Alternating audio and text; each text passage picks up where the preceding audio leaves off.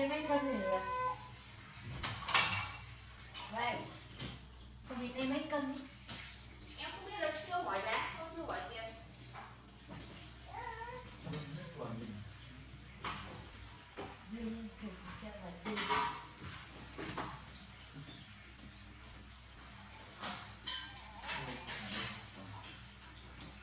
Con này nó mặn.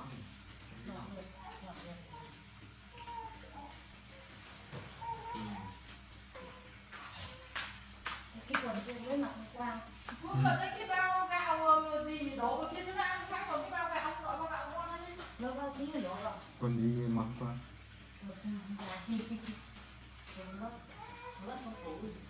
Nhưng mà còn dài. Đây cái bao gạo bên bàn này. Vâng. Rồi. Còn học thì về học đi. Này các bác lại cứ đi nhá. Lại ra đây. Đây này. Ra đây. Đây này.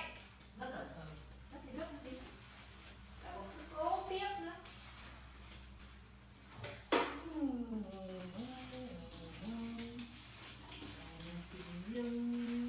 Đủ mẹ ăn chuẩn bị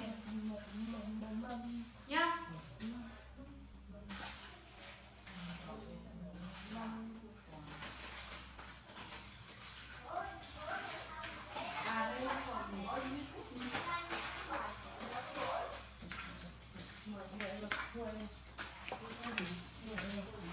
Là thay quần áo rồi trời ơi.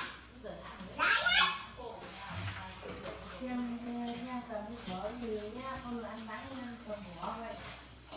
Ra. Cái này là gì vậy? Lỡ